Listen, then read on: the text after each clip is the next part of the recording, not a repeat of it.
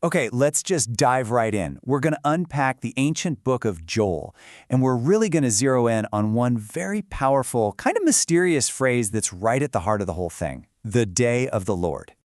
So what if I told you that this one phrase could actually mean a real-life disaster that already happened, a future war, a total spiritual revolution, and the end of the world all at the same time?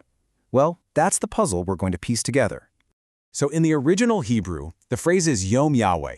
And when you hear that, don't think of, a literal Tuesday on the calendar. It's more of a big idea.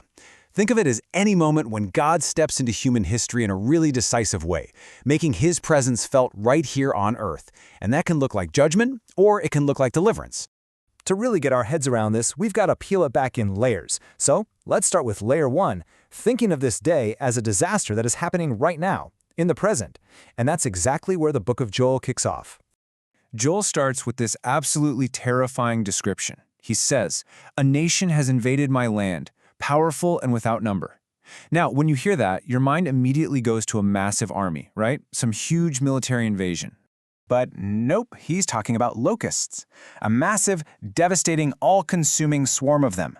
And this is the absolute key to understanding the whole book. For Joel, this natural disaster, this agricultural nightmare, is a day of the Lord. It's God intervening in the here and now. But the idea doesn't just stop there. As we move into the second layer, you can feel the language start to change.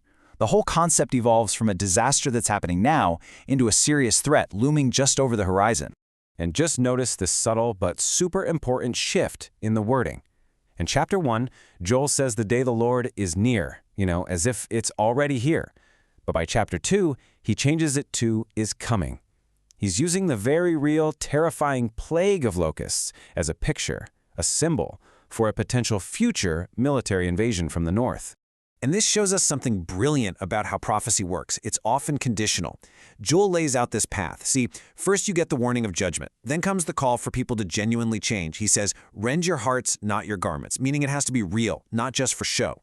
And if they do that, then there's a promise of restoration. The disaster can actually be avoided. Okay, now the story takes a really fascinating turn. We've talked about natural disasters and armies, and now Joel just completely pivots to something else.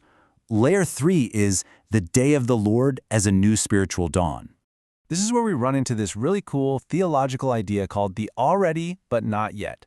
So Joel predicts that one day God is going to pour out his Spirit. Centuries later, on the day of Pentecost, the New Testament writers say, "Hey, this is it. This is what Joel was talking about." That's the already. But it's not the whole story. The time we're living in now is the in-between. And the prophecy will be totally and finally fulfilled at the second coming. That's the not yet. So this one day actually has a beginning and a final completion. And think about who this Spirit is for.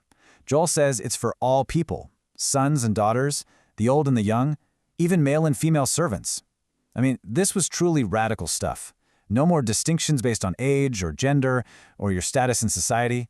It was the kickoff to a whole new spiritual era. And that brings us to the fourth and final layer. This is the big one, the day of the Lord as the ultimate climax of history, the final day of judgment before the age of ultimate peace.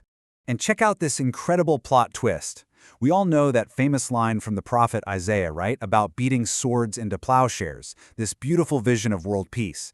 Well, Joel comes along and flips it on its head.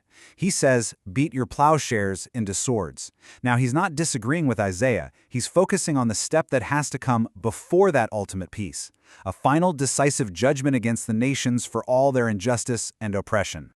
So, we have a plague, a potential war, a spiritual outpouring, and a final judgment. Let's try and tie all four of these very different layers together.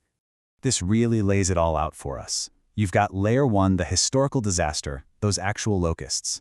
Layer 2, the impending threat, a potential invasion that could still be avoided. Layer 3, the spiritual dawn that kicked off at Pentecost. And finally, layer 4, the ultimate judgment of all nations at the end of time. It's amazing, 4 wildly different events, all described using this one powerful phrase. So the big takeaway here is this. The day of the Lord isn't just one single day on some future calendar. It's really any time that God's presence shows up decisively in human history, whether that was in the distant past, something happening now, or in the ultimate future. And that leaves us with a pretty big question to think about, doesn't it? If we take this ancient idea seriously, this concept of divine intervention, how does that change the way we look at the major historical events and even the current events unfolding all around us today? It's definitely something to chew on.